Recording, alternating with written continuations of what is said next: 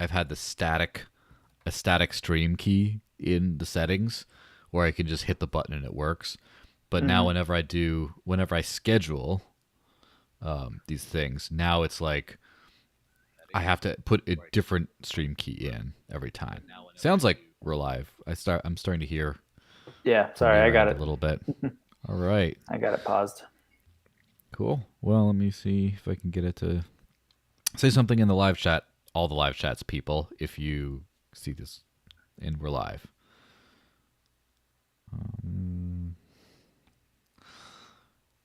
The Bitcoin Cash Yes. podcast. Yeah, that guy's a in the good live dude. Chat. So one time I see you're in the Odyssey live chat. You say the Odyssey is still quite choppy. Yes, Jiggy Tom said something to the effect of there's some issues with Odyssey streaming performance right now. How about YouTube? How's it going? Studios says it's live. Nice. Hi, Bitcoin Cash podcast. Yeah, everything should be working pretty well. YouTube looks paused to me, just the video, but maybe that's just me. Yeah, it does to me too. What about yeah, it says smooth as butter, huh? Okay. Well, cuz I'm doing it on the I'm looking at the YouTube thing on my my phone. Oh, there we go. I just had to reopen it. Agnew Pickens says it looks good. All right. Well, everything looks good. Hopefully you guys weren't waiting too long. But let me roll the intro and then we'll just get into it.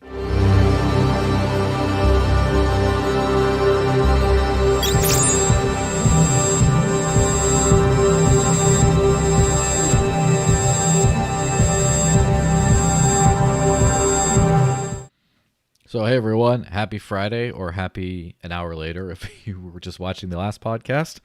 Yeah, good stuff.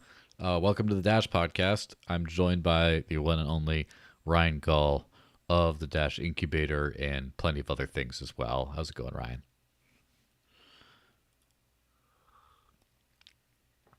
Uh-oh. Oh, did you hear me or not? Yeah, I can hear you now. Sorry. There we go. That works. But all I just said was, how's it going? It's going good. Yeah. Great day. Well, so I should point out to everyone, obviously, if you're watching, please hit the like button and subscribe if you haven't already to the channel. You should have subscribed already, but whatever. There's a live chat on YouTube and Odyssey. We're going through a lot of material today because the general subject of this is Dash's 2022 and beyond wish list. And so basically, we're kind of in a spot where I feel like the last couple of years have been sort of rough and there's been a lot of work been done. And there's a couple of really promising things this year. Hopefully, platform is finally out. Dash Direct Virtual MasterCard letting you live on crypto anywhere in the US without KYC. That's fantastic and is basically out. And we'll be promoting that heavily. And hopefully getting added to Thorchain will happen very soon. Like, very soon might be a couple months. We'll see. But those, just with that all together and just also the prevalence of people trying to actually live off of crypto and spend it where I'm not the weirdo anymore, it's all good positive momentum. And I think this is a great time to revisit where we're at as a community and a network, but also just think of what in the protocol or around the protocol, right? It could be just like decentralized applications or things we need. But what kind of cool stuff do we want to see built on Dash that would just make things just amazing and excellent and everything? So if you're watching, if you're in the Discord channel, there was an AMA/podcast channel, and some people asked them questions and turned in some discussion in there. But if you want to specifically make a point, like, or ask a follow-up question, something, or make a point or something, use the live super chat, cointr.ee/thedesertlinks, throw a little donation with a little message, and we'll pop it up on the screen, and we'll talk about that. But yeah, without further ado, let's just talk about, let me see, I had a whole list of things because I've been thinking about this for a while. And this could be an 8-hour podcast if we wanted it to be. So we'll just have to, we'll have to basically keep things kind of nice and tight. So, oh man, there's a lot of stuff. So let me just start randomly with the privacy improvements, right? And so this is a subject that people have really been all over the place on, for sure.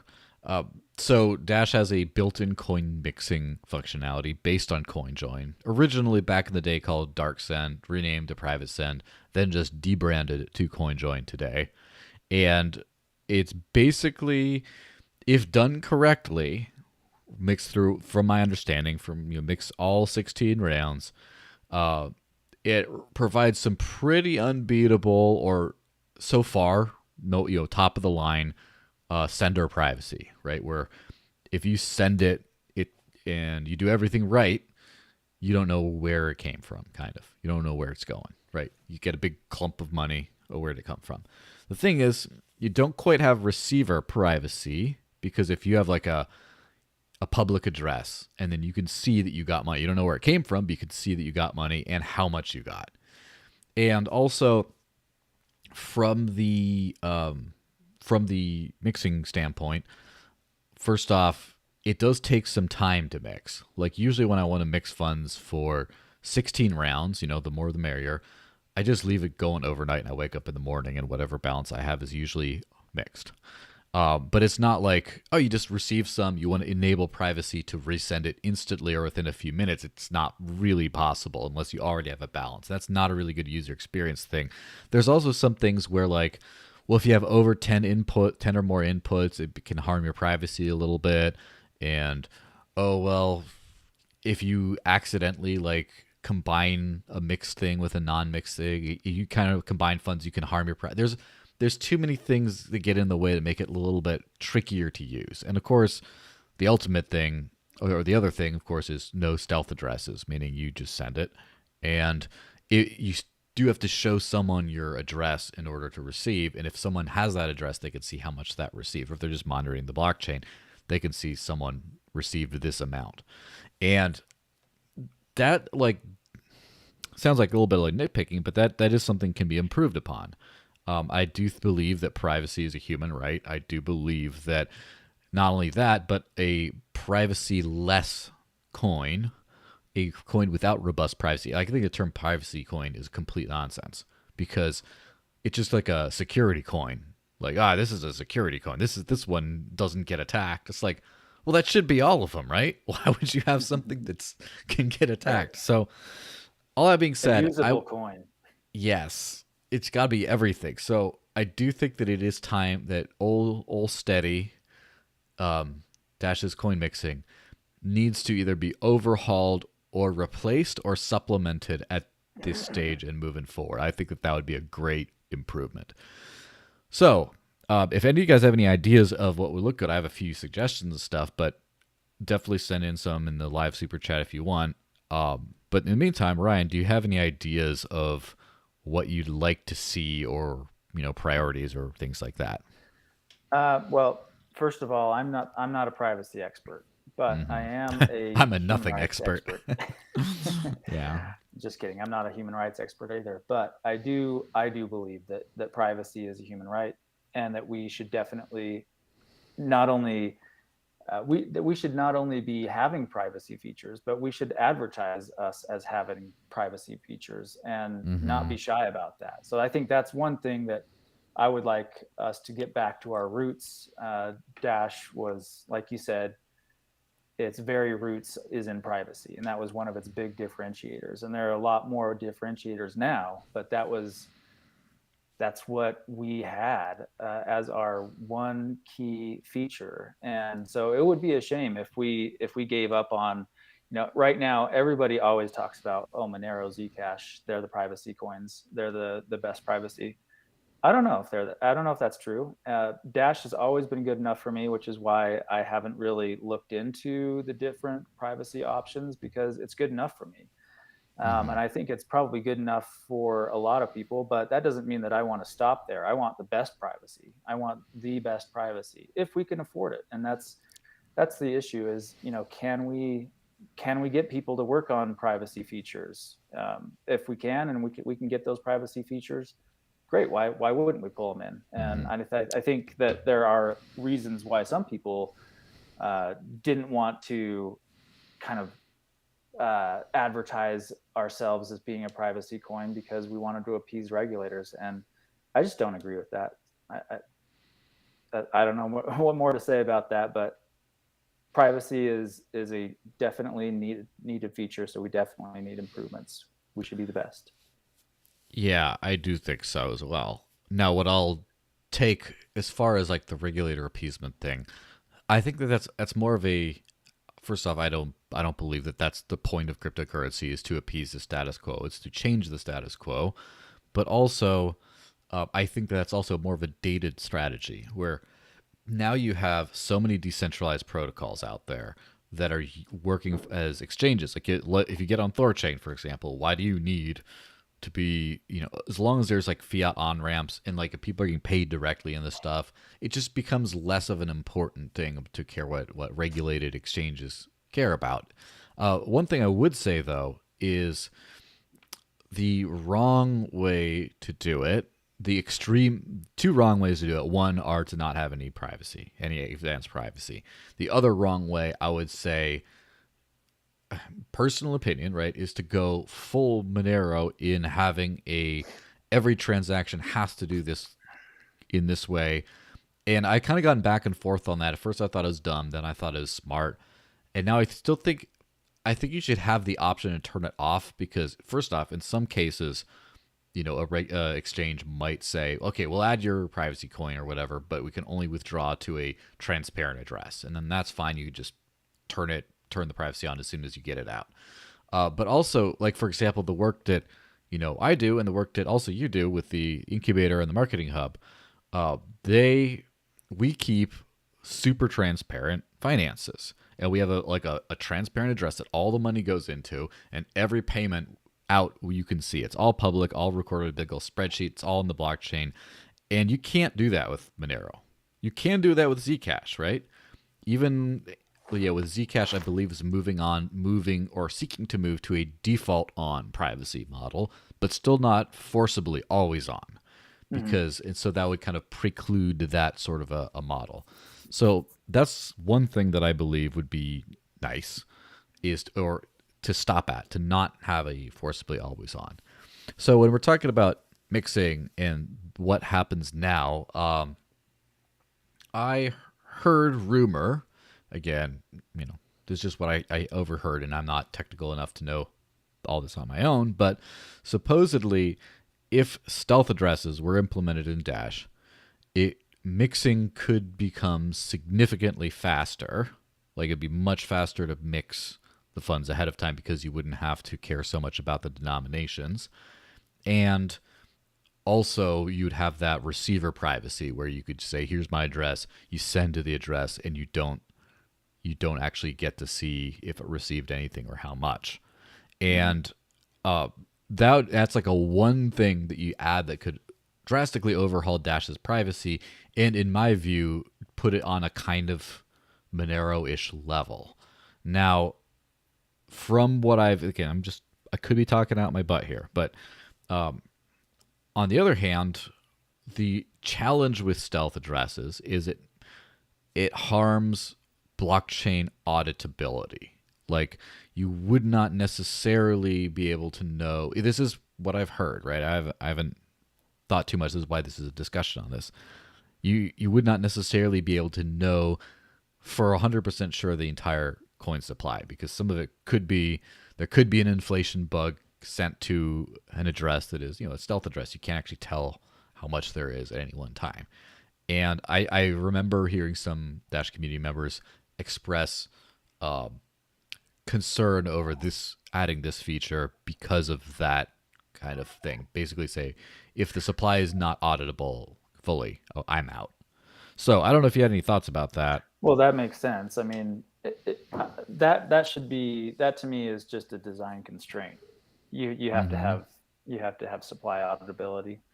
And I don't know the technical side of that, whether this technology or that technology harms the auditability. So I don't have much to say about that, other than that I am for experimenting with these different privacy options, just with the caveat that all work is a trade-off.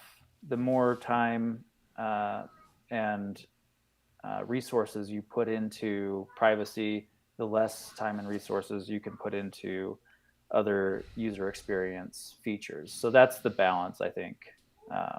But as far as I'm concerned, privacy is very important, and we should always Yeah. strive to have the best privacy that we can get, considering our trade-offs. Yeah, no, that's the big trade-off is the auditability kind of thing. Like the transparency, by default you got to get rid of some transparency if you're trying to make stuff more private. So, on a much more complicated or much more involved note than just stealth addresses, there's a couple of other cryptocurrencies that have gotten a lot of acclaim for the robustness of their privacy offerings are obviously Zcash with the zero cash protocol, and also Firo with Lelantus Spark. And both of those work in a very, I would say, very comparable way, although different in some ways. But basically, they provide encrypted privacy to the, I guess, the highest state of the art level. The problem with doing that on chain, or the trade off, is then you definitely add that like possibility of inflation bug kind of thing, the supply auditability issue, and all of that kind of entails. So that would be much more work, probably a better result, but much more work than simply introducing stealth addresses. But the problem with all this fully on-chain privacy is once you add stealth addresses or some kind of a receiver privacy element, you start to introduce these these supply auditability concerns. Also, by the way, as the Bitcoin Cash podcast pointed out in the live chat, privacy mixing, etc., can also impact scalability and thus fees to a certain extent. So that's another thing is when you mix like through 16 rounds, that's a lot of extra stuff going out on the blockchain, and that could impact scalability if that's used wide. So there's another idea, which is something that I kind of became a fan of, and is the idea of making some sort of a privacy centric sidechain to Dash, right? So this is the way I have it, and that introduces a whole new host of other considerations. But basically, when Dash platform is released, there will be platform chain that's a side chain for state transitions and stuff, and a very different pruned lightweight kind of only on the master network thing to do data transactions with, and you convert Dash to credits in order to kind of do that. So the idea behind an encrypted sidechain would be, what if you just added another sidechain that you could bridge into trustlessly that was, let's just say, used Lelantus or Zero-Knowledge Proofs or whatever to be completely encrypted, and that way L1 Dash has no privacy on it, so to speak, and then or off-chain Dash has all the privacy, so you can just go in there when you're doing whatever you're doing and then come back out, and then basically that could kind of offset some concerns from regulators. Not that that's that important of a thing long term, but on the other, also it could possibly at least eliminate excuses from regulators. Yes. How about we put it that way? Yes, I think that's a better way of putting it. And then the other thing it could do is make sure that the entirety of the Dash supply, the L1 Dash supply, is still auditable. Now, I don't know if you have any thoughts on that before we go a little bit deeper into that point. No, I don't think I have much to add there. Just like I said, I'm not a privacy expert. I'm not able to keep up with the research you've done actually on this. So, yeah, but I am happy that that we're considering increasing our privacy instead of Yeah. even, well, we never decreased our privacy technically, but we did decrease, we did step back on the marketing of it, which I thought was a shame. Yeah. And also shift a lot of developer resources towards platform, and like almost all developer resources, and so not on something like that. But the only last thing I'd put about the encrypted sidechain type bit is the devil's in the details, and the details here are the bridging mechanism. Because if you have, let's say I have 100 Dash, let's just say, and I want to put 50 into the encrypted pool, and I do my little encrypted whatever stuff, and then I get 50 back out from the pool. First off, you could kind of see that you can kind of determine the transactions. If I put 50 into the encrypted pool, and then someone else got 50 Dash out, they burned their privacy Dash or whatever and got 50 out, you could possibly correlate that and reduce privacy on that. But also someone pointed out that like regulators could still, it would be the similar kind of like tainting coins by having coin joins upstream, where people say, oh, your coins were mixed before. You could say, oh, you came out of the privacy pool. Now, the only way you could do that, obviously that's just like a regulator concern, but the only way I think you could get around that would be to have a single pool of sorts for more than just for all bridging. Like, for example, and I'm not super familiar with whatever bridging mechanism is used for platform credits, but if you could combine that, so you could just tell, oh, I could have done a data transaction here, gotten more of that stuff going on, or I could have minted, privacy tokens for Dash and done that stuff. And that way there's that ambiguity. So when you get back out into regular L1 Dash, then it's not like it's necessarily tainted. That's one thing I could hypothetically see, but again, I'm not an expert here. The other final consideration in all this is you could still have an inflation bug on the L2 level, where let's just say 1,000 Dash gets put into the privacy pool, and supposedly 1,000 P Dash gets minted out of that. There could be maybe 5,000 P Dash gets minted, and then someone redeems everything out of the pool. One person redeems everything, so people don't lose their Dash, and that would really suck. However, at least the supply of Dash is still complete and auditable, even though some people in the privacy pool might have lost out. We're talking about terrible bugs. That's kind of like where my thought is on all this. If anyone has additional thoughts on the whole privacy thing, please drop in some comments. But yeah, that's kind of where I'm thinking on all that. Let me just check the live chats and stuff before we Odyssey hasn't been working super well, but it is what it is. Let me see. So privacy is a good initial improvement that would be great to see Dash continue to grow in that level. Now, the other thing is, and here we go, is let's just go there. The MNO Plan, which you've been on this very podcast many times in the past, talking about this whole thing. I believe it's time to revisit changing the Treasury, the Dash Treasury, where unspent coins still get created, but get given out to masternodes. And so that restores the connection, the incentive connection with voters, so they see it as their money that they're spending, which it is right now. They just don't see it. They kind of view it as free money right now. And that would just kind of fix a lot of problems with the way people misspend, right? They spend money on things on proposals that they shouldn't. They view it as free money. And also to add a little bit more granularity and care and a little bit less, I guess, drama and toxicity and stuff, hopefully, around the Treasury system in general. So, any additional thoughts on that topic? Oh yeah, I've got plenty of additional thoughts on that topic. I can can riff on Let's that hit one up. for quite a Let's hit while. up. Let's hit up some of those then.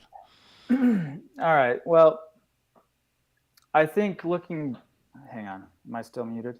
No. Now you're Okay. good.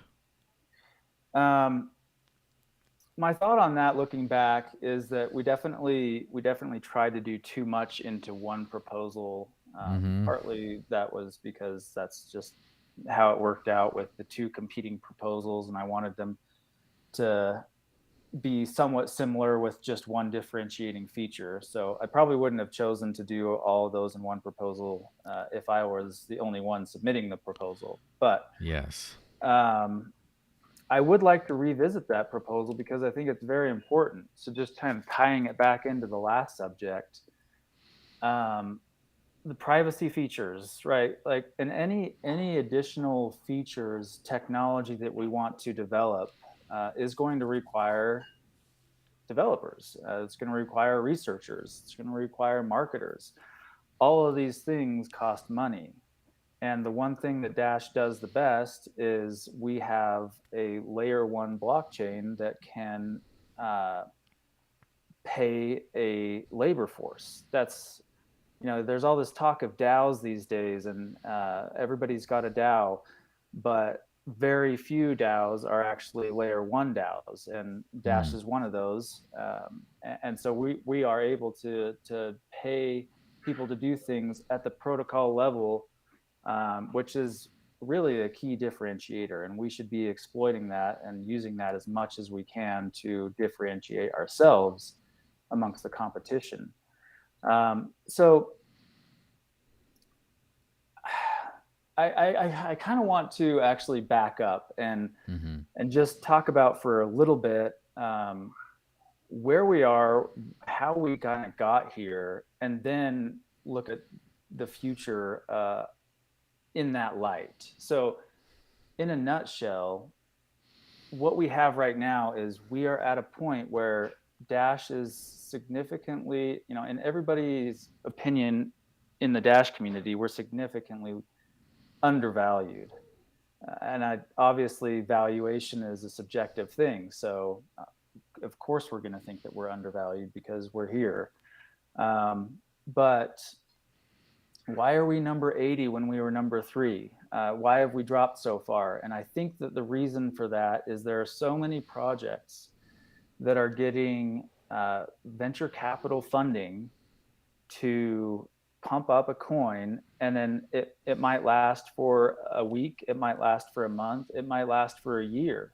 But here's Dash. We've been hanging in the top 100 for what, 7 years, something like that. So we have significant staying power, and I think it's because of some of the choices that we've made economically, and it was the Superblock and everything like that, and the technology that we've made, just the focus on payments, that kind of stuff. But so anyway, that's why I think we have this problem of we have the best technology for digital cash, hands down, and yet we are so far below in the market cap. And I think it's because of this venture funding that kind of pumps up these other coins. So at any given moment, there's 100 or there's 50 or 70 or 80 coins above us because they can pump up a coin and then sustain that for a month or a year. And then, but by the time that's kind of gone below us in the market cap, they've pumped up another coin. So they're just kind of hopping from one project to two the other next. coins. 2 other coins, yeah. So they're just kind of hopping from project to project and keeping all these projects pumped up for a short amount of time.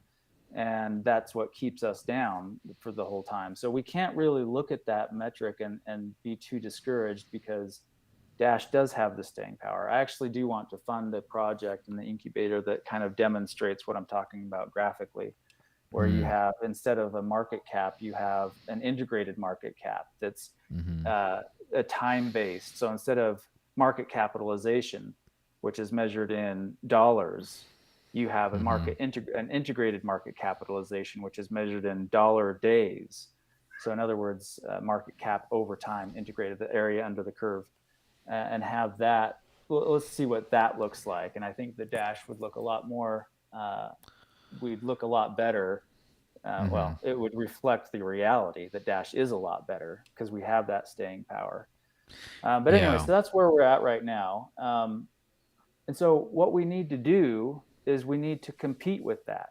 So Dash doesn't have, and nor do I think that we want, venture Mm-hmm. funding to kind of muddy the waters. I mean, I'm not going to. Not definitely not at the protocol level. I wouldn't mind if VC money came in to invest in Ionia slash Dash Direct and did Sure. stuff like that, but Dash itself definitely not. Right. And part of the other thing with the venture funding is that they're always pumping up, they're pumping up a token that's not the native layer one token. So they're pumping up a token that's on, like an Ethereum token, and then Mm-hmm. that goes up, and that is actually, this is the same thing. The same kind of thing happens in the stock market, where Mm-hmm. instead of the monetary unit gaining the value of whatever project is being pursued, it's the stock value that gains in value. And so anyway, I could probably go on a long time about this, and I hope I'm making some sense. But my point Mm-hmm. in saying all that is that we kind of need to compete with that level of funding, but we need to do it the Dash way. And the Dash Mm-hmm. way is that we have Superblock funding. And when we fund things from Dash, what we want is, we don't want to create another token. We don't want to create a token that value gets captured under, and that the Mm-hmm. token's price goes up. We want that value to be captured into Dash, Mm-hmm. the Dash coin instead, so that we can increase our market cap instead of increasing a bunch of different market caps from a bunch of different tokens that are built on Dash. So that's what I think that we need to do. But we need to increase the funding for that. And so Mm-hmm. that's a long-winded way of saying I think that we need to transition the Superblock into something that's more flexible, so that we Mm-hmm. can increase that project funding, so that we can compete with the venture capital coins of the world. And the MNO plan was kind of one of the first steps. But if I were to do it again, which I would like to do it again, I'd like to take it one small step at a time. Um, and I think the first thing that I would want to do is just accelerate the reallocation. So Mm-hmm. that's one thing that I would want to do, is accelerate the reallocation. And then, meaning we're on this transition from 60%, 40% Mm-hmm. uh, masternode miner allocation split. That's going to take another 3.5 years to finish, or a little Yeah. less than that, 3.2 years to finish. And there's, I don't see any reason to be doing that over Mm-hmm. such a long time period. I think that's another reason that we've sunk down in our market cap ranking, is that we've been too conservative on some of these things. Everybody wants yield these days, and they're finding it in alternative coins. I think that we need to compete with that better. So anyway, I'll give you some Yeah. time to catch a thought there. So on that whole subject, so what I think it's the VC point is definitely a good point, because if you look at the top cryptos, it's basically Bitcoin Bitcoin has gotten a lot of people still throwing lots of money behind promotion and all that kind of stuff. It's kind of like the boat that takes everyone there. People are still, you get like Michael Saylors, they could be into anything, but they're just like, well, this one, because it's number one and whatever. And so that's not something that's been replicated on the others. Like even Litecoin with its celebrity founder and all this kind of stuff just isn't getting that sort of love. Like none of these other ones are. Ethereum is like the other one that snuck into the unicorn category, sort of, by being the first of a different kind of coin. But also, let's be honest, Ethereum had a ton of like VC money, right? There's a lot of that in the ecosystem, the first ICO, all that kind of stuff. And then you got sort of hanging out in there was Ripple for a while, which again, all VC money basically, or all illegal security, whatever you want to call it. But as far as like everything else, all the other top 20 coins for the most part at any given time are for the most part either like a one-off like Doge thing, like Doge was going nowhere, and then Elon said something, it got his giant pump thing, which is it's on its way out again.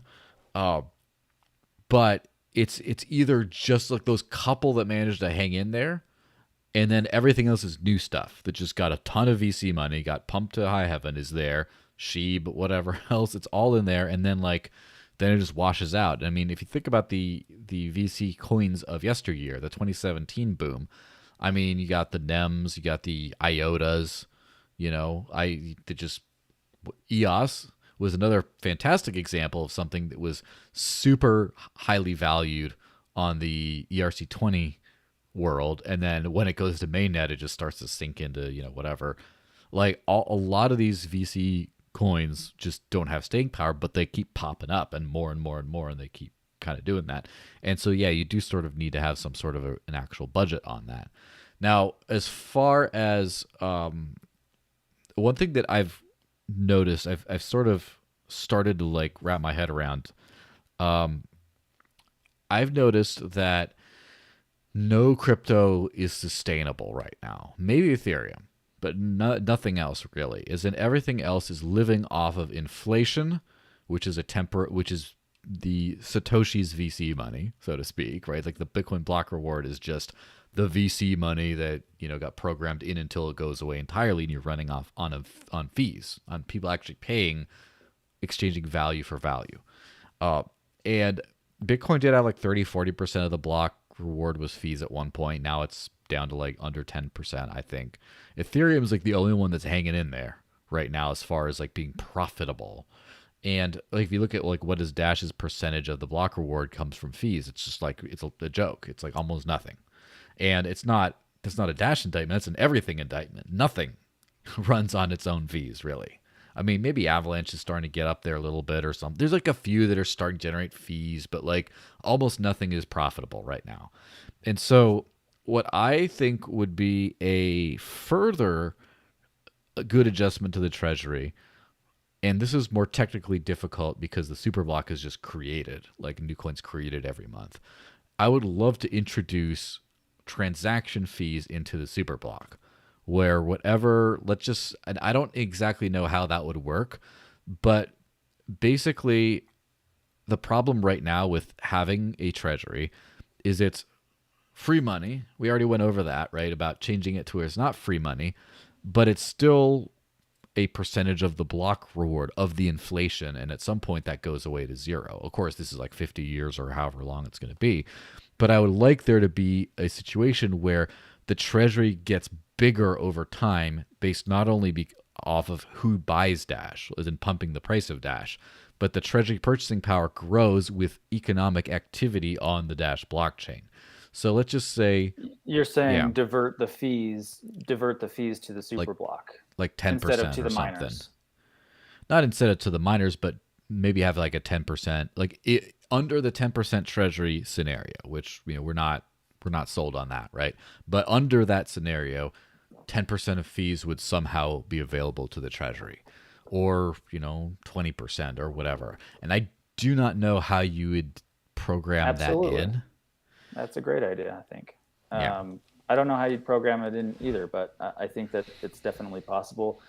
The question of how to program it in, by the way, is just, those are implementation details. And yes, they can be, one can be harder or easier than another, but I think the economic decisions are more important than I don't know exactly how to say this, but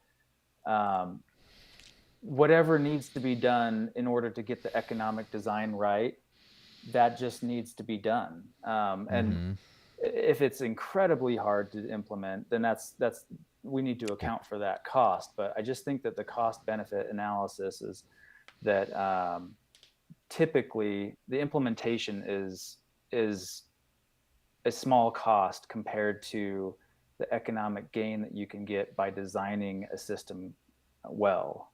Actually, I'm going to have to let you talk for a little bit because I got to go plug my thing in. I have to. All right. Well, I did get a super chat. Says, I have heard a top DCG staff member bring up the idea of lowering the threshold for proposals to pass for a governance vote. Do you have concerns that this idea would weaken the impact of smaller voters if they disagree with larger voters, or that smaller voters would have less of an impact in the DAO voting process? Thoughts? Well, let me give some of my thoughts on that. On that's another subject. So we already hit the DAO from the governance, from the funding side, as in what do we have to do to fund things, and we talked about possibly doing making the maximum treasury, maybe making the maximum treasury more flexible. Also about doing fees, which I really like the idea of fees, because then if you actually generate more objective economic activity on the network, then your ability to, that's revenue, and as your revenue goes up, your ability to reinvest the revenue in the company then, comes around. And also, of course, if masternodes fund a highly successful proposal and it generates them a ton of fees, they would probably be willing to then take more of their inflation, their block reward, out to put in, again, to reinvest into whatever generated all those fees. So I like this idea of putting fees into the Superblock. I think that's a great idea because I think that we should probably talk about this for a little bit. The mining issue. This is another change that I'd like to see happen. It's the one that I've proposed it before, and it's I think worth revisiting. We need to talk about the waste that Dash is seeing in the mining, and I know that's going to offend some people. I know that's going to offend the miners. Like, no, we're not waste. Masternodes are providing most of the security, the primary security with our technology. Miners do play a role still, but I think that we're significantly overpaying them, and we're paying for it in the price drop. So again, coming back to some of these economic changes that I think that we need to do them gradually, but this would be probably the next step along the path that I think we need to take. The first step being accelerate the transition to the 36% mining, 54% masternodes, and potentially 10% Superblock. Just get that done, almost make it a step function instead of waiting 3.5 years to get that finished. Once that's finished, or that's proposal A. Proposal B is just now let's fix the actual total supply by fixing the mining portion at 36%. And then saying anything not spent in the Superblock, that goes to masternode owners. That's the MNO plan kind of thing. That's proposal B. Proposal C, reduce the mining allocation from 36% down to something like 20%. And I don't know if 20 is the right number. All these things need some fine tuning, obviously. I'm just kind of like running through some of the ideas that I think we need to pursue and the sequence. And then so if we do that, 20% mining, that leaves 80% potentially up to the masternodes. Mm-hmm. that can increase the masternode yield. And yes, that's making a proposal, a network proposal to give masternodes a pay increase. Yeah, Mm-hmm. that's exactly what it is, because that's what people need. That's what people want. That's what investors want. That's what savers want. It's not about investors. It's about saving. Getting yield on your savings is a valid economic phenomenon that Dash was one of the first projects to actually implement. Yeah, And I and I think would that we, point out, I do believe that the biggest culprit for the 2017 epic pump of Dash was the whole idea of you buy a masternode, you're set on passive income for life, because no one else was really providing that at the time, and right. that getting diluted is one of those reasons why Dash did not keep up with the field. Yeah. And, some people look at that and just say, oh, that's greedy capitalism. People just, kind of sitting on their money bags and getting passive income. There's some truth to that, but it's also, you need to get compensated for that, because you're tying up resources in a very speculative asset that needs to be compensated somehow. And it can't only be compensated with the speculative portion that you're going to potentially increase the value of that thing. So um, I just Yeah. that's a really important point. Well, let me add to that a little bit. Everyone wants to put their money. One of the biggest advantages of crypto with the DeFi world is you get to actually put your money to use and not just have it sit there. And I think that that's one of the biggest barriers between the rich and the poor in the world is the poor don't have as many options of putting their money to work investing. It's just more difficult to get a yield. They think you put it in a savings account, but then you get ravaged by inflation. And like the ability for a lower income person to buy into a rental property, to have real estate and generate, I don't think there's such a thing as completely passive income, but you know what I'm saying, like to Yeah. generate yield on your thing. And Well, it's that's not it's passive yeah. from the perspective of the investor. They're just putting money somewhere. But it's Mm-hmm. definitely not passive in the sense that what is that money going to? Well, it's funding projects. It's funding projects Yeah. that have a real market yield, and then that market yield gets returned back to the investors who made that project a reality. Yeah. So, Capital. and that's I've got my capitalist hat on when I'm Mm. saying this kind of stuff, and Yeah. I do have a socialist hat too. So just don't. I mean, Oh, not the according to economic. XKCD, you do. Yeah, I've been accused of actually being a raging socialist, which is, I think, hilarious, because I'm an it's a it's anarcho-capitalist. a little bit of a troll, I'm sure. It is a little bit of a troll, but I have to say that I do have some economically socialist leanings to complement my capitalist leanings as Mm-hmm. well. And what I mean by that is not socialism in terms of the ethical uh, socialism ethics, meaning we Mm-hmm. force you to do X. That I'm not down with. That I'm an Mm-hmm. anarchist as far as that goes.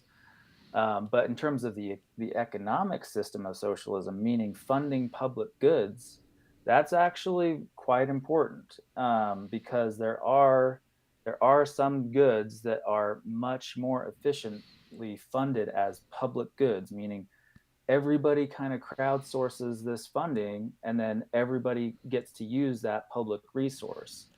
Dash is that thing. That's what the Superblock is all about. It's about public Mm-hmm. funding of public goods. And Ethereum likes to kind of be, they think that they kind of started this. Oh, we get coin grants. We champion public funding and the funding of public goods and all that. Well, Dash started Yeah. that, right? But we need to actually we need to do it more, because the flip side of the capitalist coin is the labor. You have capital and labor, and this is an economic theme that has no beginning and will have no ending. There's Mm-hmm. always this struggle between capital and labor, And I think Dash has a great balance. Like MNOs Mm-hmm. are the capital side, and the Superblock proposal owners, the Treasury contractors, whatever you want to call them, Yeah. that's the labor side, and they're both important. So we've talked about in the recent week or so, there's this kind of squabble between MNOs and DCG Dash Core Group, and like who's in charge. And the reality is, it has to be a mutually beneficial and mutually respectful relationship. MNOs are not in charge. MNOs. We have nothing if we don't have the developers who are funding or who are building this project. We have nothing. Yeah. We are And the absolutely dependent opposite on is them. quite equally true, The where they have opposite is nothing if also they don't true. have money. They have nothing if they don't have the capital, and the MNOs are in charge of allocating the capital. So Mm-hmm.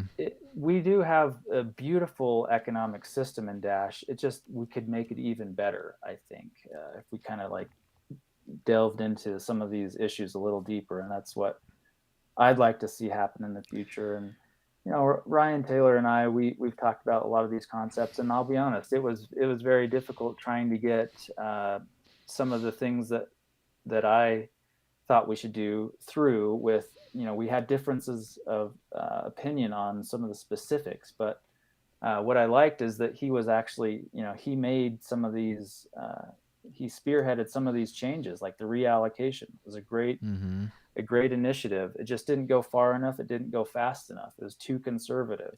Yeah. We just need to take some of these ideas and keep going with them.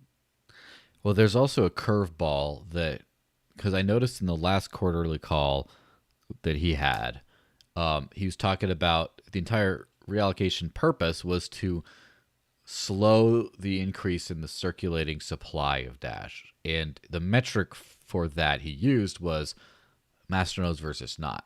The thing is, what I think he left out was other ways that people have their capital parked in Dash that's not masternodes. And let me give an example right here. So I have the ThorSwap page open on the Bitcoin Cash tab because Dash is not on ThorChain quite yet. 31.52% APY for providing liquidity in Bitcoin Cash. Now, I'm sure Dash will be something pretty high too. Now, if you're getting like 6-7% from a masternode, it's much more consistent, right? It's not subject to the whims of the market as much. And more secure. It's more secure because you actually hold your own keys. It's not in some pool, which is still decentralized. You can still get out, but it's still like they're not in your hands. There's some trade-offs, but it's still like, I'm sure ThorChain will pay liquidity providers in Dash a lot more, at least in the beginning. And I'm also sure that the synthetics that ThorChain just activated, that when they have ThorFi, they'll let you have a stable savings account in Dash. Evan's vision, I guess. I'm pretty sure that that'll be at least 10%, if not more. And so now you're having capital competition between working on the ThorChain for Dash and the Dash network itself. And if ThorChain, and this is just one of these, there's like the Maya protocol, which is a fork of ThorChain, which I've been trying hard to get Dash on as well, and things like that. There's all this competition for Dash, and at some point, if enough Dash is out of masternodes, that's a security problem, because then you have a lot of money out there, makes Dash easier to attack if not enough of it is there. Now, of course, if let's just say only 30% of Dash's supply is in masternodes, that's plenty, I think, to keep the network secure. The problem is what happens if it's like 10%, or what happens if it's like 5%, what happens if it starts going really low.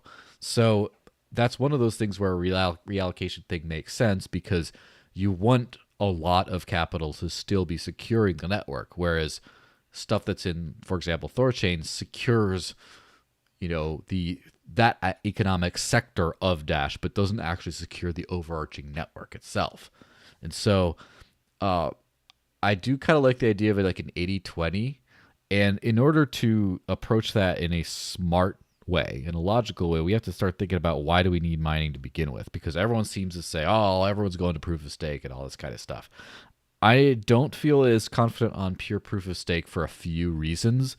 And the biggest one is I guess it could be a temporary reason. which is the coin distribution. Because if you start with a purely proof of stake coin, there is no way to acquire new tokens except through the express permission of current holders. So if one person has the Genesis one coin, he's getting the entire proof. He doesn't have to sell any of that to anyone. He could just control the entire coin supply. Or if he sells it to 5 of his friends and they never sell, those 6 people control the entire coin supply. It's only if they start selling and then other people sell and buy and then they stake. So that's why like a transition to proof of stake is much better than starting there. But even then, I don't know if it's good cutting off that external source of inflation, is in like with mining. But the other thing with mining that I think is, I mean, it's also a lot more difficult to spoof hash rate, to spoof work, than it is to spoof stake.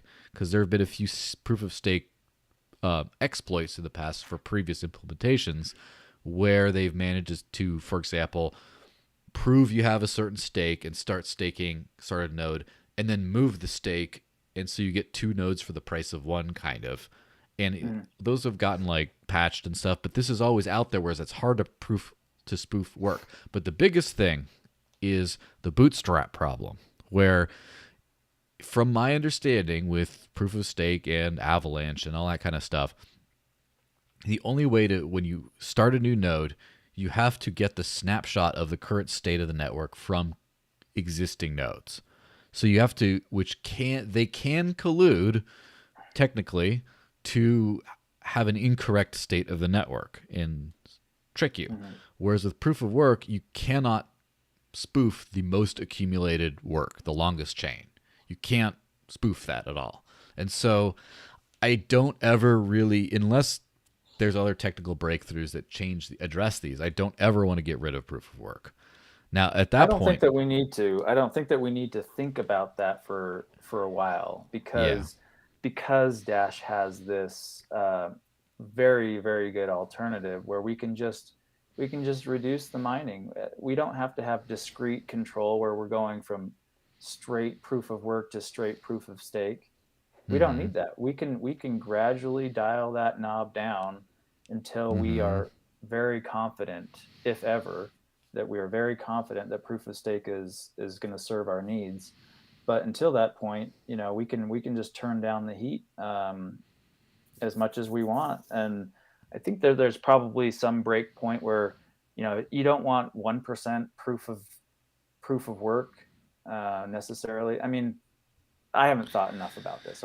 It's kind of in the back of my head that you don't want 1% proof of work, because then that's vulnerable, because then somebody could easily kind of overtake that. But I think 20% is very safe to get down to, and we could eliminate a lot of waste.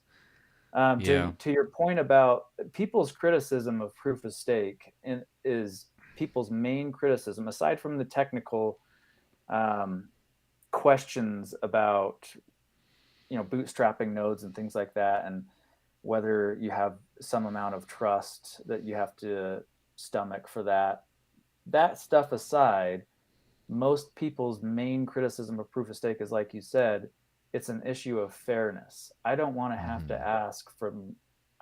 to get my coins from somebody who already got the whole coin supply. And so Dash has a solution to that already as well.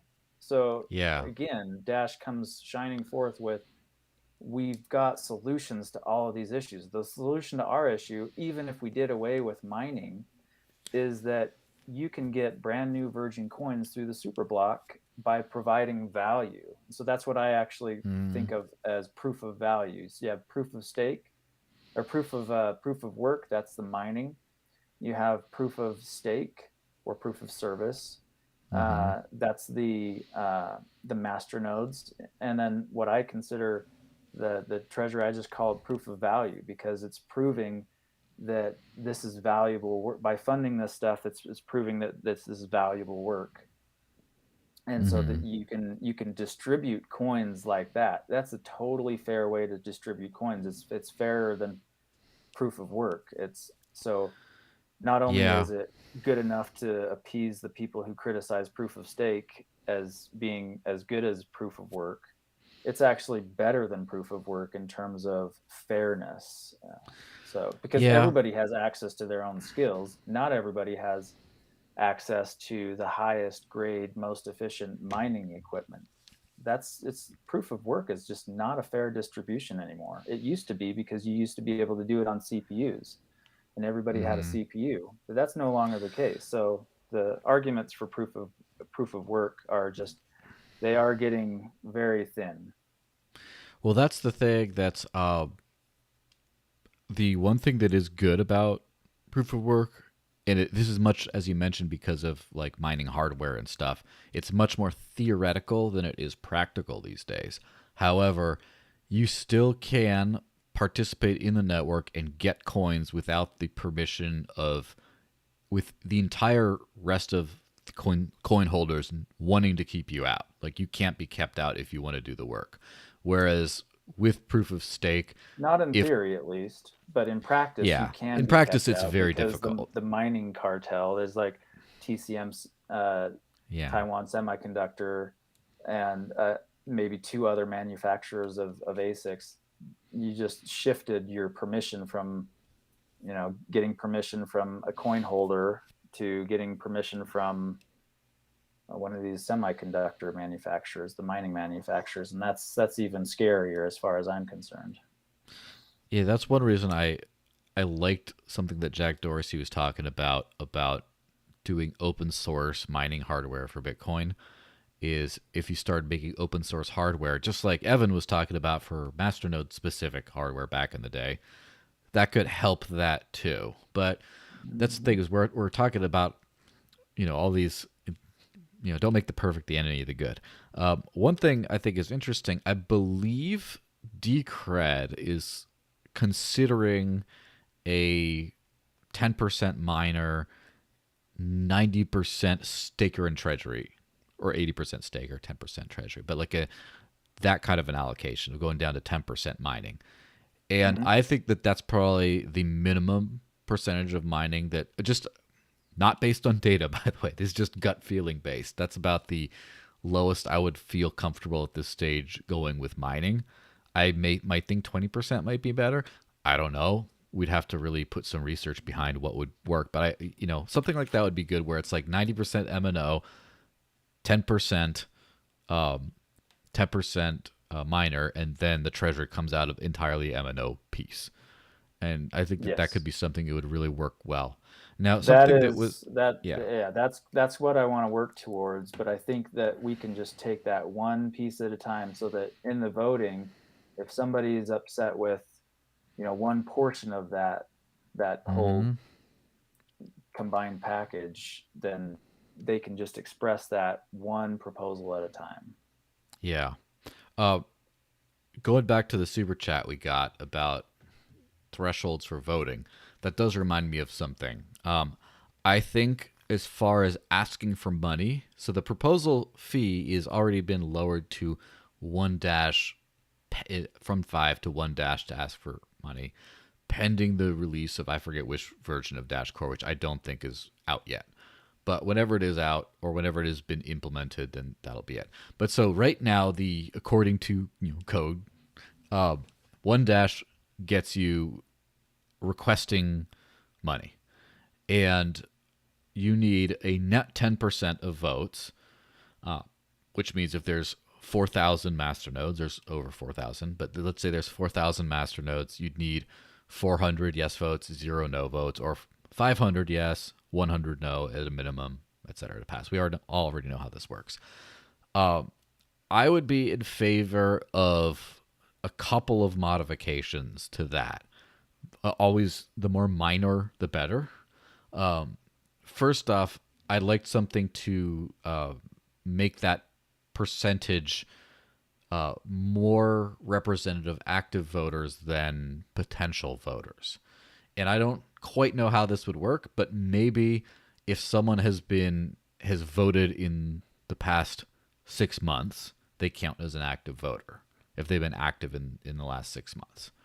And they can't, so basically if someone hasn't voted for 6 months, they're deducted from the total number. So if only, let's say there's 3,000, let's say there's 2,000 of those 4,000 hypothetical nodes.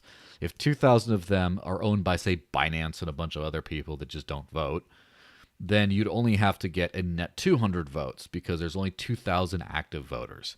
And then if someone votes again, then, or someone becomes active again, then they would start to count towards that. And the exact specifics of that mechanism, I don't really know. I don't want it to be gameable where it's just like some people suggested of however many people voted in the previous election or voting cycle, because then people could intentionally like not vote to keep those numbers very far down in order, and then just come out of nowhere and influence the process, like kind of like game the system. And I don't like. I'd like it to be something that's relatively consistent. Like you have to have a vote. You have to have a node for at least for 3 cycles before you can vote. So you can't just buy a master and spin it up, vote, and take it away. It has to be at least 1 or 2 or 3 cycles. That might be a good thing to prevent attacks. So you have to plan it ahead of time if you try to do an attack, and then a voting attack, and then you'd have to have voted within the last few months. Otherwise, you're not counted in the total amount. And so then if you do come back and vote, then you're back active for another few months. Yeah, and just to give some context on why this is even being discussed, I think one of the reasons that Ryan Taylor was saying, if the MNO plan passed, that might make it too hard for once people are paying out of their own pocket to fund proposals, that might make it too hard, and a lot of proposals might not pass. So the solution to that is to fix the passing criteria, and I don't know if that's a valid solution. I don't see what would be wrong, and I haven't thought about this, but why not just have it be a percentage of the voters? So you just remove the people that aren't voting, which is I think around 3,000 masternodes or more don't vote. Only about 1,000 or 1,200 or something like that actually vote. Make that the denominator and just call it a simple majority or some kind of supermajority of those voters, not of the entire lot of 5,000 or 4,000. Yeah, that makes sense to me. The In challenge that is how do you instance, in that determine? very cycle, not in previous cycles. Maybe you've Yeah, thought about that already. There's some I mean, reason not to do that, but of the people who vote in that cycle. So let's just say, just of the people that vote in that cycle. So let's say 1,200 people vote in a cycle. Maybe the passing criteria is then a simple majority, which is 600 yes votes, or in other words, plus 1 net vote. You might have 550 people voting no and 650 people voting yes, then that passes. Even though by the old calculation, that number of net votes wouldn't exceed the 10% of the total, accounting for all the 5,000. It wouldn't, I don't think, if I did my math right in my head there. But it would pass in this scenario. But those are just things, I mean, we can kind of deal with all those details when we get to that point. I don't think that we're anywhere close to that point right now, because we would first need to observe what is getting passed, what proposals are getting passed in an MNO plan world where masternode owners were exclusively funding proposals out of their own funds. We would have to kind of look at that and say, oh, you know what? Like we're only passing 50% of what we used to be passing, or we're only passing 50% of who's proposing, and that just seems like not enough to some person. Well, first of all, that's subjective. The changing the voting passing criteria itself is subjective. Like one person says we're not passing enough, therefore we need to lower the bar, where another person Yeah. says we're not passing enough because that's exactly where we want the bar. So that's Yeah. a tricky question to even get into, whether we should change the voting criteria. But So if the we do change it, then that, again, I just think this is years down, maybe not years, but this is many steps down the road. Yeah, the only reason why I thought about changing the voting criteria would be because of the increase in non-voting masternodes to the point where it's not where it becomes actually very difficult to get anything funded, even if there's huge support for it amongst voters. Like, let's just say Binance But and other there's things. also a Yeah. huge number of people who aren't voting for it. So, I mean, that you can't just sweep that under the rug. They're not voting for it for a reason. So Yeah, or they're not voting. That's the big thing. Like or they're not voting, yeah. But that's if kind there's of like saying it's an abstain. yeah, or if they just aren't paying attention at all and they don't, like, let's just say there's Yeah. 4,000 nodes and out of those only 500 vote at all. Now you got very slim margins in order to be able to even pass a proposal at all. And what happens if then you get Hmm. if there's only 4,000 masternodes, but then 398 voters? Now you literally cannot pass anything. The entire Right. treasury stops working. That's the problem I'm worried about, is something like Binance that doesn't care, just running a bunch of nodes, and then it becomes Even yeah, a problem. Yeah, even in that extreme, I just wanted to I just want to kind of drive home the point that even in that extreme, the fact that those people aren't voting when they could be voting shows that it's not important to them. It's not important enough to them for whatever reason. Doesn't matter the reason. They show their preference through their actions. So I'm not saying that I'm not saying that I personally agree with that. And I personally think that it is important to pay proposal owners and to pay our labor force. I do think that's very important personally, but I'm just saying there's a reason that other people don't vote. Um, so I mean, Yeah. yeah, we I could just go back and forth about this for a long time, but yeah, I think uh, I personally would like to see the bar uh, at a place where we are still funding things. But I just yeah. wanted to give that caveat. Now, should also mention that implementing the old school MNO plan would probably increase voter participation, because if you're not Yes. voting, you're losing money. And so you want to just pay attention. At least if you just want to just vote everything down, you got to start paying attention so you get more money. Or if you just getting it brings you to the table a little bit more. Right, Uh, exactly, which is why I was saying that this discussion is a little premature from that perspective because we need to see A, what's not getting funded under the MNO plan, and B, mm-hmm. what is voter participation looking like? Because like you said, I think it's going to go up significantly. So we don't want to monkey with, trying to change voter passing criteria to increase voter participation before we do that, because the MNO plan itself would increase the voter participation. Yeah. I have another few governance suggestions, but before that, we did have a super chat.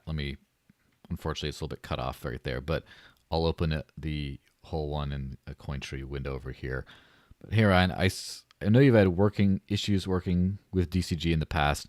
How do you feel about making changes you want to see from the inside of DCG?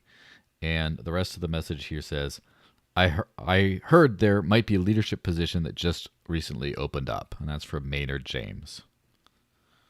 I guess that last part is a little joke, right? The first Maybe. part was, can you rephrase the first part? I didn't quite understand what the question was. Basically, here this is what I would understand this whole thing as. This entire podcast is talking about changes we'd like to see uh, Mm. in Dash in general. And we have mentioned, I don't know if it's on this podcast or I don't think we mentioned DCG in particular, but basically, how would you feel about joining DCG and as a member of DCG, pushing for all the changes you like to see at Dash rather than being, running the incubator, being kind of on the outside of DCG? Hmm. I think my issue with Dash Core Group is not necessarily it's I don't want to I like the idea of not working for a corporation. I like the idea of working strictly for the Dash masternodes. And that's why I like the incubator model. It's not a legal entity, it's just a reward distribution mechanism basically. Mm-hmm. And I like that simplicity. I don't like the red tape of the bureaucracy of corporate entities and the fact that there's just a lot of stuff in there. What I would rather see is I would rather see the MNOs shift their mentality of looking to DCG as the leader in the space, and that anything that any kind of leadership that needs to happen from Dash Core Group. I would rather Mm-hmm. see, why do I need to lead from DCG? Why can't I lead from my position as in the incubator, or Yeah. even just my position as a individual community member? Yeah. Um, but there's some truth to it that if something isn't supported by DCG, it's very, very difficult to go through. And I just Definitely in think the that that's, past. I think yes, in that the past. these days we might be seeing a new era. And, you know, without completely ignoring the elephant in the room. So the last stat, you have the honor of being the first person on the Dash podcast since Ryan Taylor was on, and a few days after that he resigned as CEO of Dash Core Group. And from what has been made public, he had intentions of resigning for personal reasons at some point anyway. But Mm. there was drama surrounding a bunch of things, which, watch the last podcast, you want to rehash that. And basically, Masters sort of pressured him into a premature resignation on that, or put pressure on Dash Core Group, which resulted in him deciding to prematurely resign. And so basically, the idea of DCG as being an unassailable fortress at this point in the governance system is gone. And that doesn't, whatever else the referendum on performance or anything else is completely different discussion. But at least I think that doing things without DCG's blessing is easier from a psychological hurdle level at this point. At least I like to think that. On the governance thing, I would like to see, and I'm always one of those like less is more, simpler, like smaller, simple adjustments that have a big impact, kind of like the MNO plan. Doesn't really change almost anything, but it kind of changes everything, Like I Mm-hmm. like those kinds of things. A couple things I'd like to see. First off, I would like to see a better polling mechanism with the DAO. I'd like to see a second vote option, which instead of the one dash and you can ask for money, I'd like to see a 5 dash and you don't get that back, but you ask a question of the network that passes with a majority vote rather than a super majority vote. And then I'm not sold on that. That's just a random idea. And that would be sorted separately in the governance thing. So there'd be governance questions and there'd be budget proposals. And so Yeah. to vote for the governance thing, you couldn't just be yes, no, abstain. It would be, I would like to see an A, B, C, or none of the above. It's just an idea, right? Mm-hmm. So let's just say, and it could it could be an A, B, none of the above, but just, again, I don't know how much complexity the different options introduce into the Well, code yeah, itself. you want a tool that's free form so that you're not locked into a yes or no abstain question. And I actually, I this is one of Mm-hmm. my priorities. That we're building something like this in the incubator. it started out as just let's get the trust protector voting software going so that we can help administer that vote, which is ongoing right now, by the way. If you are interested in being a trust protector, then the applications are open right now, so you should look into that. But we're gonna morph this tool and into a more generalized purpose voting tool and make it a great user experience for masternode owners to be able to just import their voting key into the app, for example. And we haven't spec'd out all the details, but just something that makes it really easy for people to propose questions and then for masternode owners to give answers. And maybe there's some kind of incentives to do that, like financial incentives to vote, or like somebody submits a proposal, a vote, a question that, and they voluntarily donate 1 dash or something, and that dash gets distributed either fully or just in chunks, randomly distributed to the people that answer those questions. Some kind of gamification. There's all sorts of options that we can explore doing it off chain, because your voting keys are portable. You can move those around, and they're not as you don't have to keep the security as tight as you would with your collateral key. So that was a great improvement. So we should start using that. There's also tools like the defunct Nexus and stuff like that we could resurrect as well. But something just I am trying to get some kind of polling tool that gets more adoption and gets a better sentiment tool than just Discord voting. And well, that's the thing. These tools are like interfaces are fantastic. I'm talking at protocol level because that's the only way everyone who runs a masternode or a node or whatever sees it. It just goes across the whole network. And because the Dash community is like separated by, like, not everyone's on Dash Central, not everyone's on whatever else. Some people just vote in the wallet. Like, it would be good to see when you just see the proposals that pop up, pop. You'd see like a governance proposal pop up. That's a governance question. Well, just those are all protocol level. Those aren't. That's not implemented on the protocol level. So the ease of use that I see what you're saying. You're saying, if we make a tool that's not at the protocol level, then we won't get the kind of voting participation that we want. So we need to make it integrate with the current voting Treasury Superblock voting things.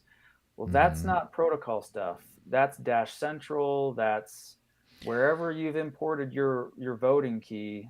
That's what that is. Let me just say, I mean, the proposals themselves do go out on the network. And so you have various, like, for example, Dash Ninja picks them up, MNO Watch picks them up, Dash Central picks them up, like a bunch of these others, but they go out. So, like, for example, I submit my last proposal that I submitted, which thankfully passed. I submitted in the command line of the Dash Core wallet. That's how I ended up doing it.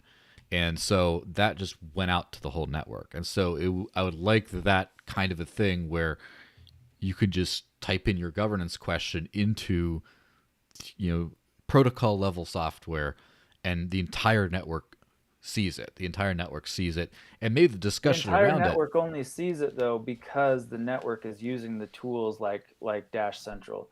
That's what that's what I'm saying is, if like something being broadcast to the network means nothing more than, okay, yes, if you're running a full node, then you will see that message. But most users, most MNOs aren't actually running their own full nodes for the voting thing. They're relying on Dash Central or Dash Masternode tool to capture what's being broadcast through the network. So if it's just a matter of wanting voter participation, then the key issue is getting those UIs that people are already using to integrate whatever you're talking about. And that's a valid. That is true as well.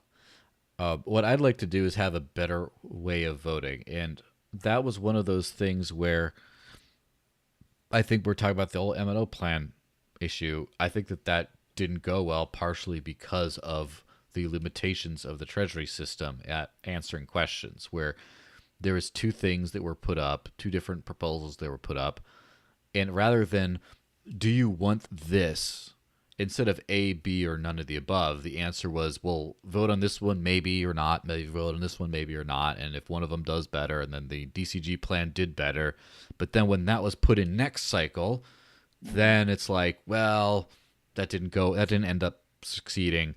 But like, what I would have liked to do is,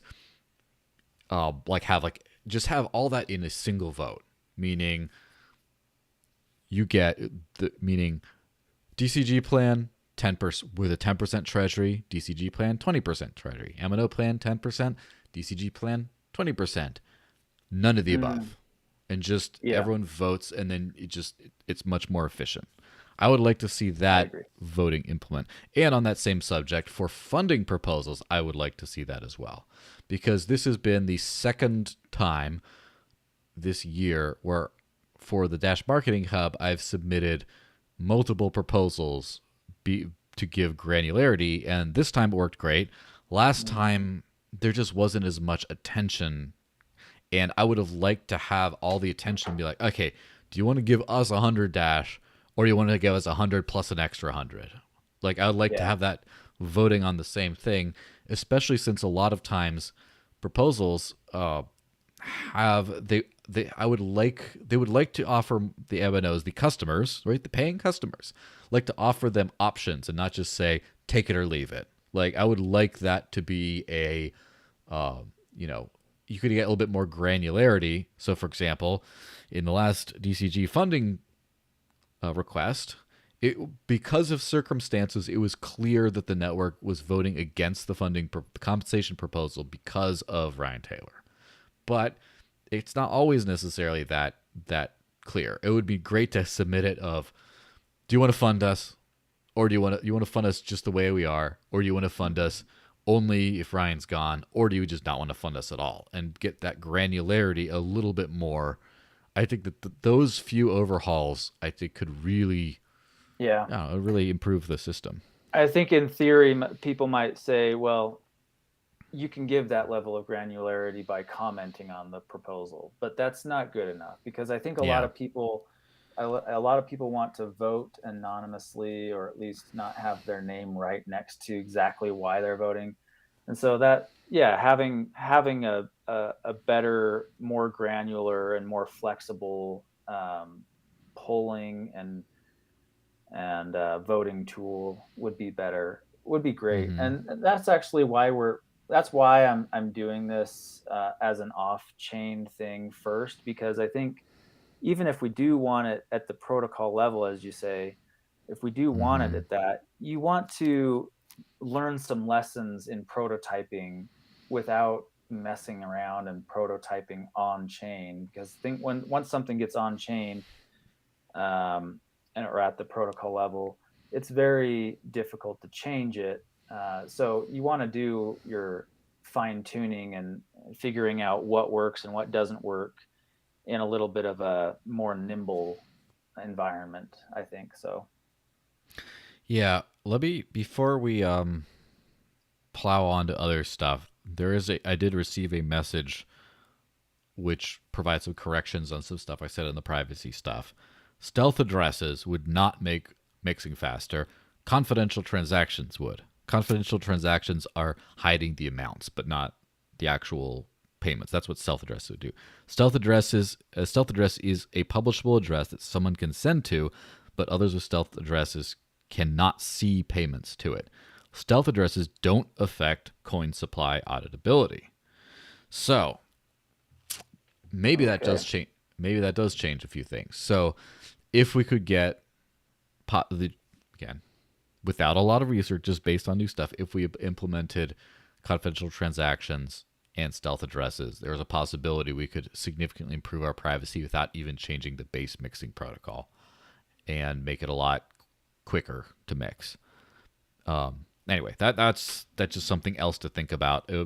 I'd really love to keep this going. Maybe not on this podcast necessarily, but just keep things going on this, and as we keep moving forward for new awesome improvements. Let me consult the list again because I sent you a few of these.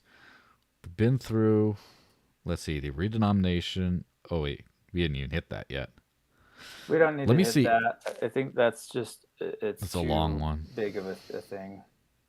Let me look under the. So if anyone has any further questions or suggestions of generally like improving Dash as a whole, like the technology of Dash, I would really like to. It would be nice to start putting that in right now. Let me.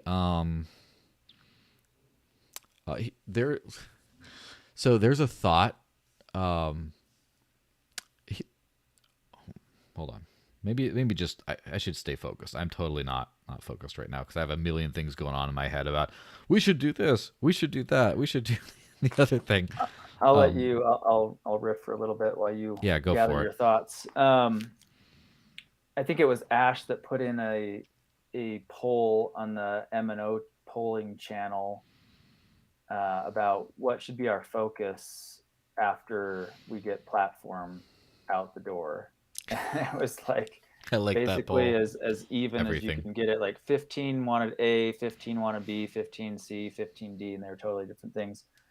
But that just kind of like, even with the full flexibility of an MNO poll, like a Discord emoji poll, it's still kind of difficult to know what to do. So it's just challenging. That is why leadership is important, because leadership kind of defines priorities. Mm-hmm. And it's not always what everybody wants, but at least it's something. Instead of just getting bogged down in deliberation and never actually doing anything. So I think I remember some question from Strophe in Oh yeah. the AMA channel that Let I me don't pull think it we up. addressed. And this is Uh, not technical. This isn't like protocol stuff, but it's ecosystem related. He says, "How do you feel about the level of transparency between DCG and the incubator? What can be done to improve cooperation between these two DFOs? How cost competitive do you think the work delivered to date by the incubator has been? Do you see it as possible for more/most devs to work on the incubator, or is there a place for companies like DCG with the overhead and team management staff that comes with it? How effectively do incubator devs collaborate with each other? In my experience, working with the incubator, most work is achieved in small groups or DM. As a result, I don't know what most devs at the incubator are doing. How can we improve this transparency to the rest of the network?" Well, that's a lot of incubator stuff, but yeah, go for it. that's a lot of questions. I don't think my brain's big enough to remember all of them individually, but maybe I Uh can just huh. say a few words on the overall question is the relationship between the incubator and the Dash core group And and the incubator transparency. effectiveness, incubator transparency. Um, so I, in general, my philosophy is that we should have a very decentralized system at the base level in the super blocks, meaning anybody's free to kind of propose work. And if that's an organization like Dash Core Group or the incubator, great.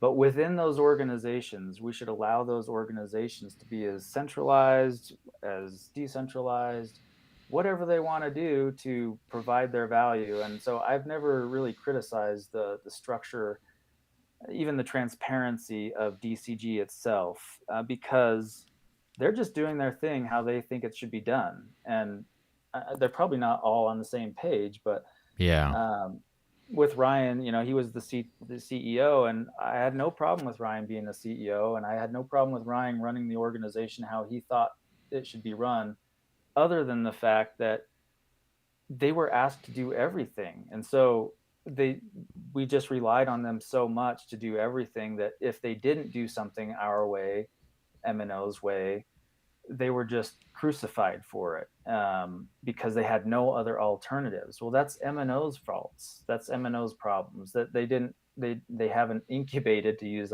my organization's Mm-hmm. term. they haven't incubated other organizations to help do them when what organization A is not doing something. So that's the main problem. I don't want to micromanage.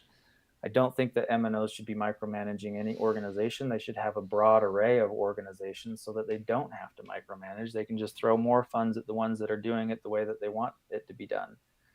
So that said, like as far as transparency goes, DCG's always been transparent enough for me in that context. And I've we have three of the three DCG members are admins in the Dash Incubator, and I've never had any problem with getting information that I need or working with DCG.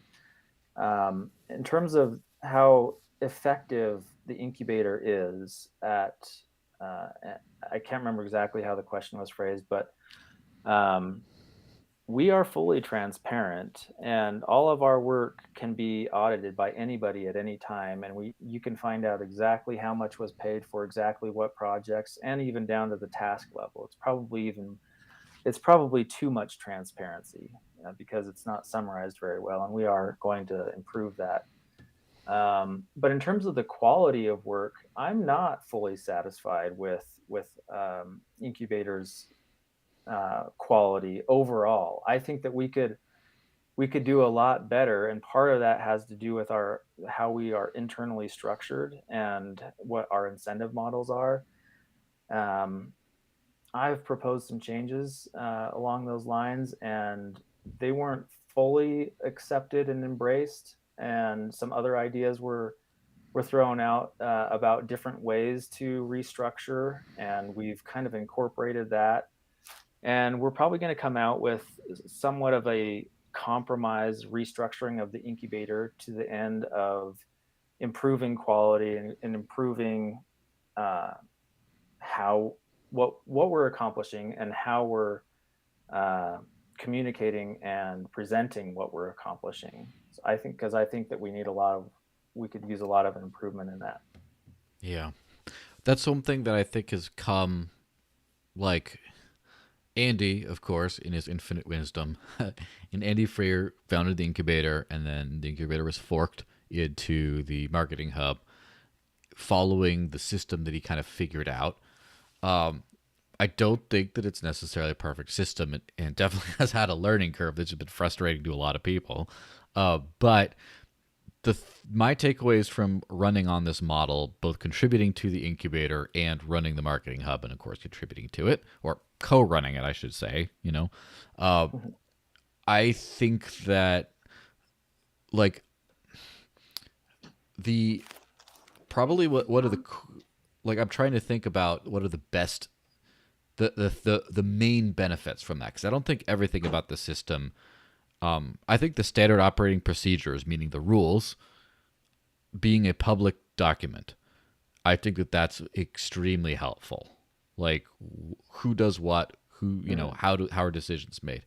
I also think the number one biggest takeaway is radically transparent funding and radically transparent output, meaning what output happened, what got paid for it, who did it.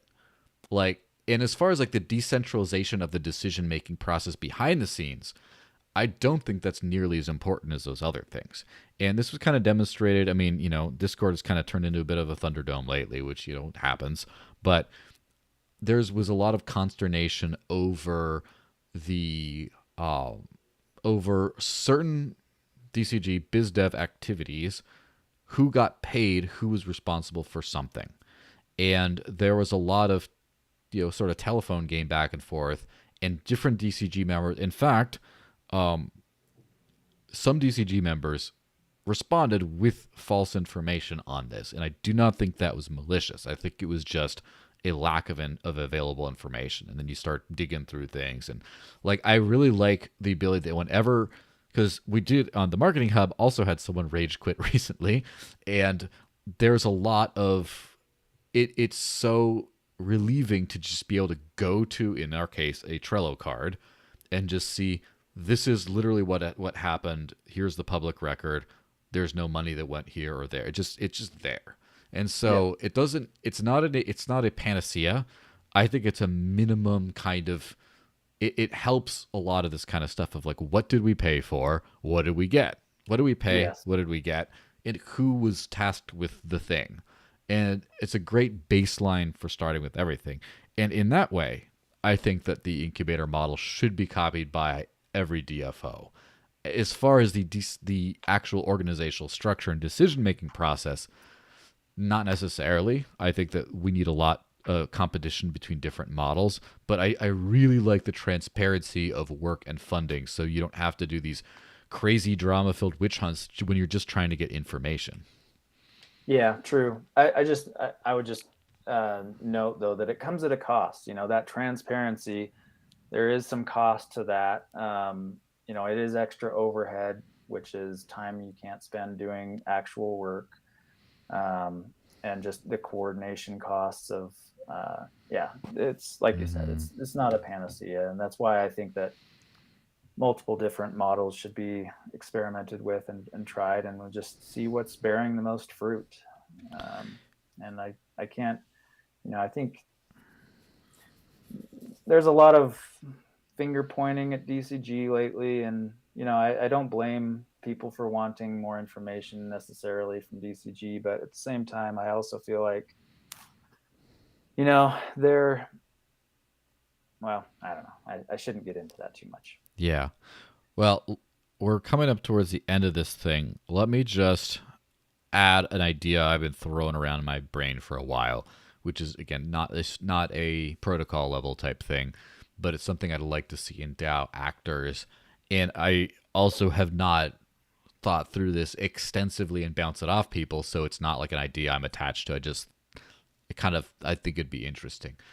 I like the idea of Treasury funded operations, meaning let's just say DCG, although core development would be the least of all these, but also incubator, also marketing hub, also anything else as being at least partially revenue generating outfits.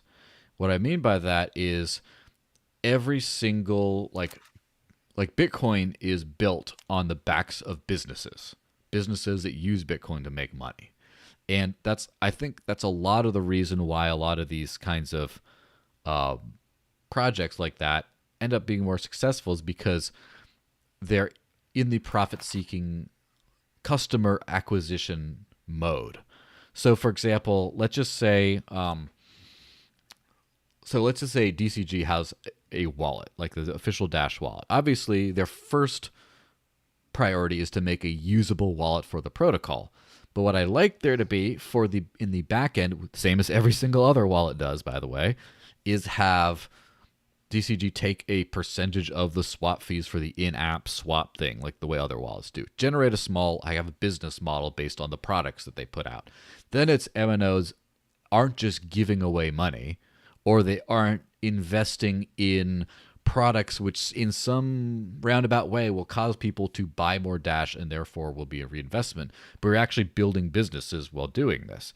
And so, for example, every time the marketing hub tweets about, and we just started with this one thing to begin with, we're going to hopefully be expanding to others to see, we're tweeting out our Dash Direct referral link, which not Mm-hmm. only keeps track of Dash Direct signups in a certain way as far as Marshall and the others can figure out in the back end, but hopefully if we get people, we can get some income back in that then can be repurposed to kind of do other things.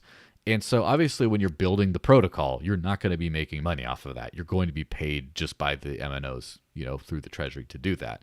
But what I'd like to see is a revenue seeking model wherever it is possible. Like I'd like to see, let's just as a random idea, incubator apps have a profit generation model that goes back into something, whether it's the incubator itself or other people seeking to make money or businesses off of this.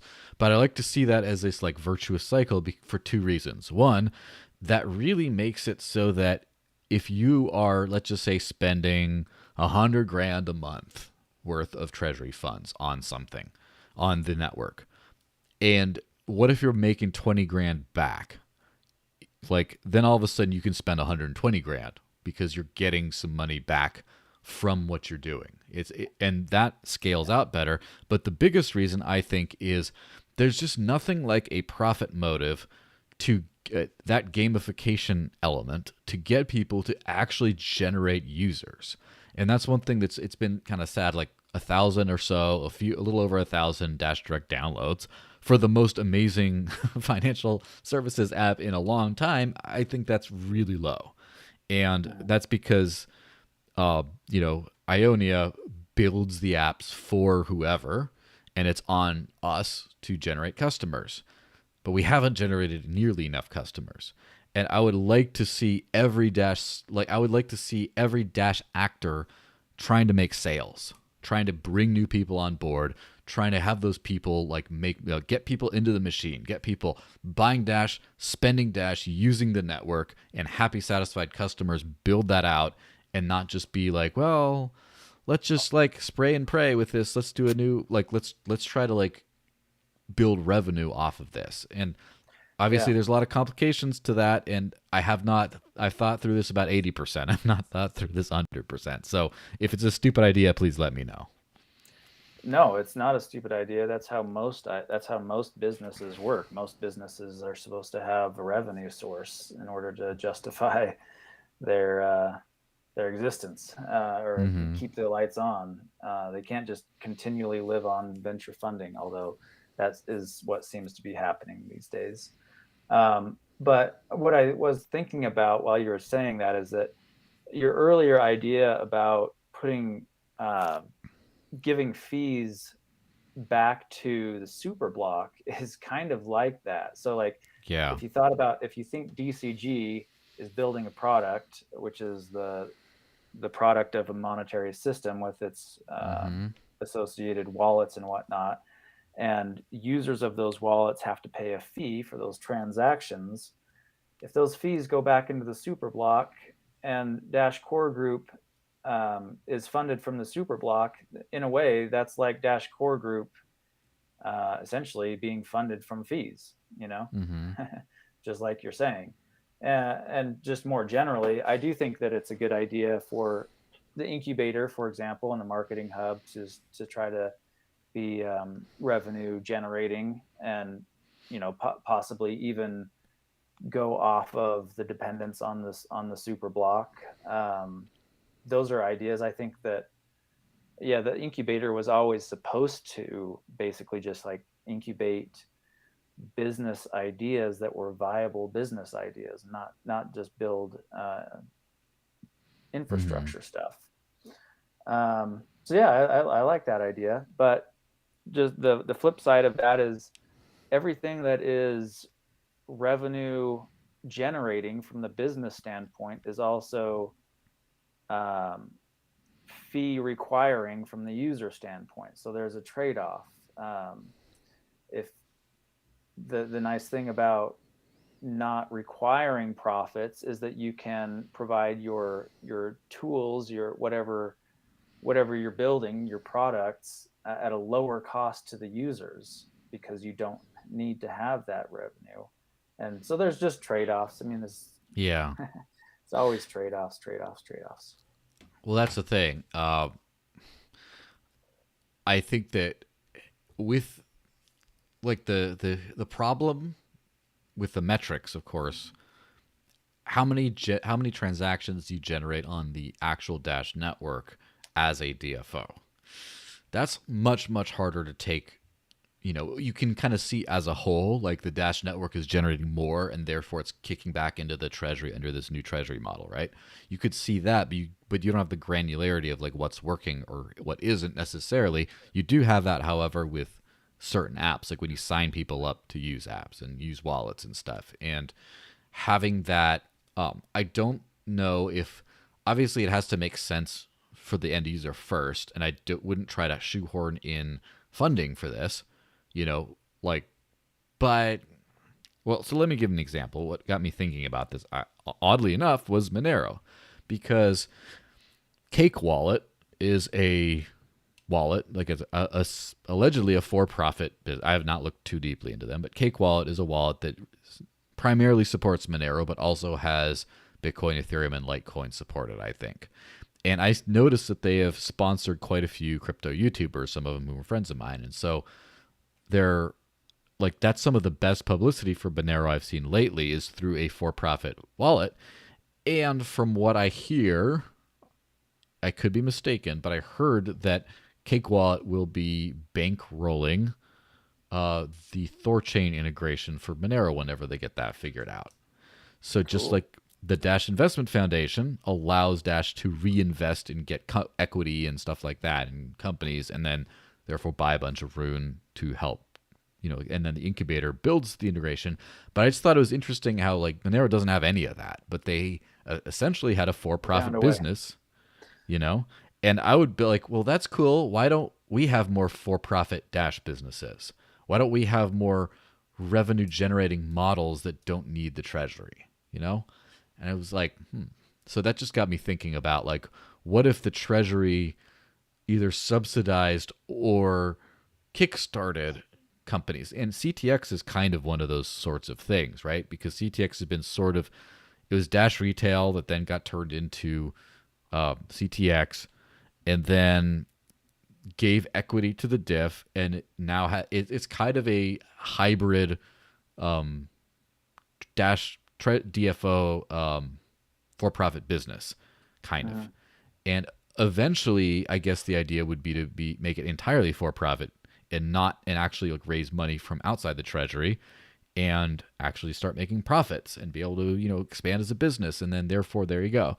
And that sounds like a great model. And I think way too many things that the Dash Treasury has funded have been, I guess, like have just sunk like a stone once the Treasury's defunded them or whatever, just gone. Like and all that work for nothing. And it's just like, so for example, a good example of that with like the whole Dash Force thing is Dash News and Discover Dash. Discover Dash was quite a nice little merchant map thing. And Dash News was a news site that was used to promote Dash and stuff like that. And Mm-hmm. when we were working on these things, we, of course, made absolutely sure to never display favoritism towards certain products or services, but also it was entirely funded by the Treasury, full stop. And then at some point, the Treasury decided that they were no longer interested in funding this, and then the entire thing just went away. And a lot of people lamented the loss of these resources over the years. And it doesn't mean that the decision to terminate funding was a bad one. I just think that what if, like in hindsight, what if we had started making a for-profit news site slash system slash podcast slash everything while still funded by the Treasury? And then at some point, it's just like, all right, well, we're not going to subsidize you anymore. You're on your own. But it keeps on going. Or what if it's like, we're going to reduce the subsidy. You better start earning more profit as part of your thing. Then we'd still have this in the ecosystem. It'd still be valuable, but you wouldn't have to, spend treasury money on it. So these are the kinds of things that, like, when I'm just about to go to sleep at night, I just go, what if this? What if that? And I can't shake these ideas. Yeah, like I said, I think the only thing I can say is that there's trade-offs, and I think that uh, I'm just more inclined to funneling the the growth of any product into the value of Dash rather than into the value of a stock or a coin, a separate coin. That's my general take, is that I'm more inclined to try to build, like take the Dash Investment Foundation for an example. Um, you can invest in the Dash Investment Foundation can invest in a business, and Mm-hmm. they can get stock in exchange. They can get equity in exchange for that investment, and that investment can do well, and the stock value goes up, because that's how they're denominating, and that's how they're focusing and orchestrating their economics, they're orchestrating it to increase the value of that ticker, not necessarily to increase the value of Dash. And I understand there's a way to close that loop, but my point with that is to just say anything that they can invest in, you can do a diff type of thing without a legal entity and without investing into equities. You can do all of those things that you're investing into equities. You can turn that around and have that value accrue to the token, the Dash token, instead, directly instead of indirectly. I guess that was the point I was trying to make, and it'd probably take a little longer for me to explain how that works, but I think that's the idea. Well, to add to that point, CrowdNode is a fantastic service, which was always I guess, allegedly for-profit, although not a lot of profit, business, which allowed people to pool their funds and make pooled masternodes and vote and all this kind of stuff.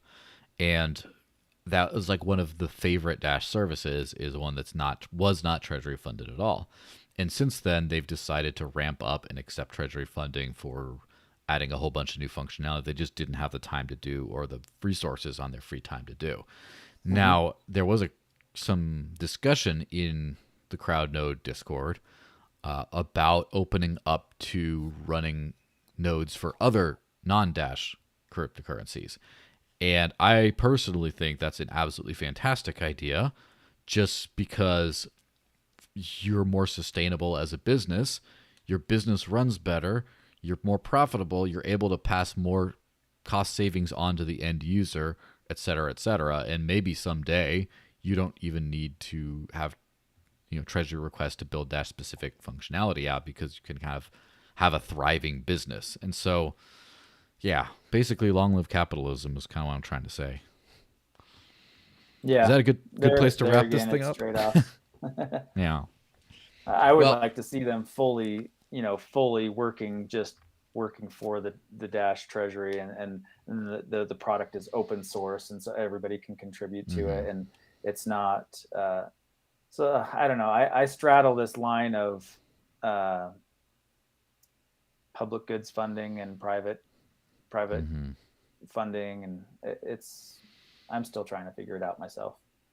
Yeah, but we're in a new era where we have this option, where we have a free market alternative to public goods funding. It's really pretty exciting stuff. It's just pretty amazing.